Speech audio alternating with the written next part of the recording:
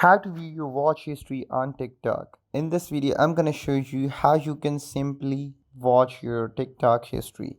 So to get started, first of all, go into the Play Store and search for the TikTok application and make sure it's updated because near features won't be available on the previous versions of the TikTok application. Secondly, if you're a user operating system user other than the Android, for example just an Apple or Symbian user, so make sure you do it in your respective app directories or store directories because same thing implies. So without further ado, let's dive into this and let's get started. This is a kind of a page that would appear up once you open TikTok. Go into your profile by tapping at the right bottom corner of your screen. Once you do that, this is the main profile page that is going to appear once you come into the profile. So the first thing you'll do is tap at the top right corner where this 3 bar freelance type icon is being shown. Once you tap on it, a new dialog box appears from beneath the screen. Just tap on settings and privacy. Once you get over this page,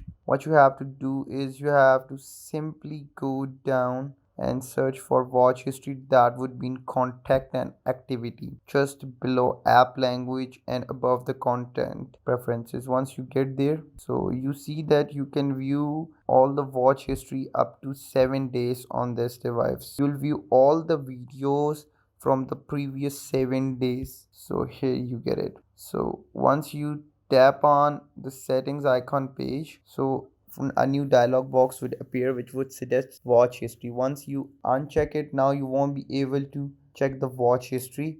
And if you want to clear the watch history, you can also do it by tapping on it. And once you tap on this, clear once again, because this is a prompt box suggesting you that you won't recover your history once cleared.